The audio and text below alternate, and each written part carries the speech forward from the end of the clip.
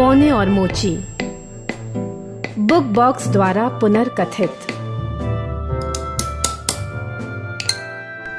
हालांकि पीटर मोची बड़ी मेहनत करता और गांव में सबसे स्नेह रखता था, वह कभी इतना न कमा पाया कि अपने लिए जूते बना पाता। उस सर्द और बर्फीले दिन उसकी कार्यशाला में बस इतना ही चमड़ा बचा था कि वह उससे अंतिम जोड़ी जूते बना सके। उस शाम बड़ी सावधानी के साथ पीटर ने अपने कीमती चमड़े को काटा और सवेरे उसे सीने के लिए एक तरफ उठाकर रख दिया। अगली सवेरे जब सूरज उगा और पीटर काम शुरू करने बैठा तो वह आश्चर्यचकित रह गया। बहुत ही कलात्मक ढंग के बने हुए एक जोड़ी जूते उसकी काम करने की मेज पर विराजमान थे। वाह, कैसा जादू! उसकी पत्नी सिसिलिया ने कहा। उन्होंने फौरन वे जूते दुकान की कांच की अलमारी में सजा दिए, क्योंकि छुट्टियों के बाजार का मौसम शुरू ही हुआ था। सौभाग्य से वे जूते नखरे वाली मिस स्नेगिंस को बिल्कुल ठीक आए और उन्होंने इतने बढ़िया नाप के लिए दिल खोल कर पैसे दिए। उन पैसों से पीटर और चमड़ा खरीद लाया, जो 2 जोड़ी जूतों के लिए काफी था। उस शाम फिर से वह काम करने बैठा। उसने चमड़ा काटकर मेज के ऊपर उन टुकड़ों को छोड़ दिया और सोने चला गया। अच्छे डिजाइन की आशा में वह जूतों के सपने लेता हुआ सो गया।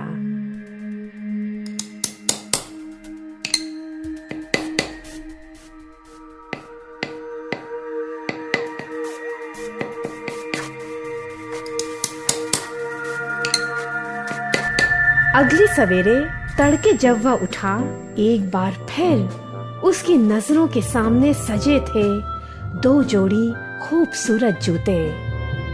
इनको भी खरीदार तुरंत खरीद ले गए, क्योंकि वे बेजोड़ थे। अब पीटर 4 जोड़ी जूतों के लिए पर्याप्त चमड़ा खरीद लाया। यह जादुई किस्सा कुछ दिनों तक चलता रहा और पीटर मोची का नाम सबसे शानदार जूतों के लिए शहर में फैल गया। इन दिनों पीटर और सिसिलिया का जीवन कहीं अधिक बेहतर हो गया। एक दिन सिसिलिया ने कहा, कौन इतनी मेहनत करके हमारी सहायता कर रहा है? पीटर ने घोषणा की, आज रात हम अपनी कार्यशाला में छिप कर देखेंगे कि यहाँ क्या चलता है। और उन्होंने वही किया। ठीक आधी रात को 2 छोटे बौने पंजों के बल अंदर आकर काम में जुट गए। वे जल्दी जल्दी सुंदर जूते बनाने लगे। वे खुद भी फटे हाल से थे, यहाँ तक कि उन्होंने जूते तक न पहन रखे थे। पौ फटने से पहले ही वे 9-11 हो गए और छोड़ गए अगले दिन की बिक्री के लिए कई जोड़ी जूते। पीटर और सिसिलिया इन नन्हे बौनों के प्रति आभारी थे और उनके लिए चिंतित थे कि इतने सर्द मौसम में वे कितनी मेहनत कर रहे थे। तो पीटर काम में जुट गया। उसने 2 जोड़ी नन्हे जूते बनाए और सिसिलिया ने सिले उन दोनों के लिए 2 जोड़ी ऊनी कपड़े। क्रिसमस की पूर्व संध्या चमड़े के टुकड़े रखने की बजाय उन्होंने नन्हे जूते और कपड़े बाहर सजा दिए और फिर अपने आप छिप गए। आधी रात को बौने एक आ पहुंचे।